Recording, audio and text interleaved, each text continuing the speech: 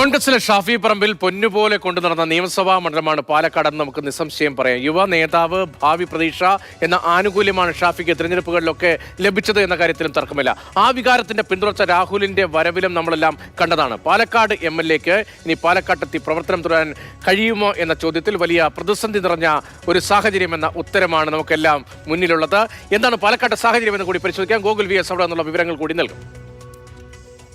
രാഹുൽ പാലക്കാട്ടേക്ക് എത്തുമ്പോൾ എങ്ങനെയായിരിക്കും എന്നുള്ളതാണ് പ്രധാനപ്പെട്ട ഒരു ചോദ്യം. പാർട്ടിയിൽ സസ്പെൻഡ് ചെയ്തു, ആ നടപടി കൊണ്ട് മാത്രം പ്രതിഷേധങ്ങൾ ഒരിക്കലും അവസാനിപ്പിക്കാൻ കഴിയില്ല.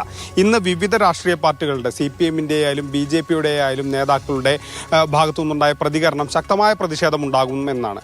രാഹുൽ ഏതെങ്കിലും ഒരു പൊതുപരിപാടിയിൽ പങ്കെടുക്കുകയാണെങ്കിൽ, MLA എന്നുള്ള നിലയിലുള്ള പൊതുപരിപാടിയാണെങ്കിൽ അതിനെ തടയും. രാഹുലിന്റെ വരവിനെ തടഞ്ഞ് വലിയ പ്രതിഷേധങ്ങൾക്കൊക്കെ സാധ്യതയുണ്ട്.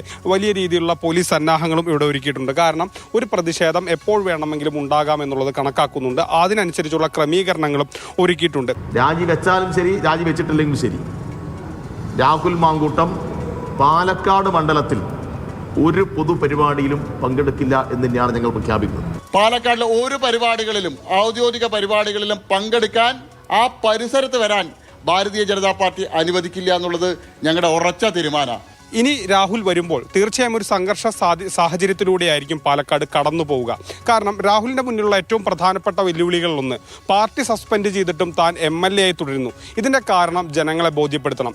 പ്രധാനമായും രാഹുലിനെ MLA സ്ഥാനം രാജിവെക്കാതിരിക്കാനുള്ള ഒരു കാരണമായി വരുന്നത്, ആവശ്യമെങ്കിൽ ഒരുപക്ഷെ ഒരു ഉപതെരഞ്ഞെടുപ്പ് സാധ്യത നിലനിൽക്കും. ഇത് BJPക്ക് വേരോട്ടമുള്ളൊരു മണ്ഡലമാണ്. രണ്ടാം സ്ഥാനം BJPക്കാണ്. അതുകൊണ്ട് തന്നെ ഈ നിയമസഭാ തെരഞ്ഞെടുപ്പ് പടിവാതിക്കലിൽ എത്തി നിൽക്കുമ്പോൾ അതൊരു ഉപതെരഞ്ഞെടുപ്പ് ഉണ്ടാവുകയും ഈ സാഹചര്യത്തിൽ അത് BJPക്ക് മേൽക്കൈയായാൽ അത് ഈ മണ്ഡലത്തിൽ ദോഷം ചെയ്യുമെന്നുള്ള കാരണം കൊണ്ടാണ് രാഹുലിന് ഇപ്പോൾ നിലവിൽ MLA സ്ഥാനം തെറിക്കാത്തത്. പക്ഷേ അതൊരിക്കലും ഒരു ന്യായീകരണമായി പറയാൻ കഴിയില്ല. അതൊന്നും തന്നെ ജനങ്ങളുടെ മുന്നിൽ നിൽക്കുന്ന വിഷയവുമല്ല.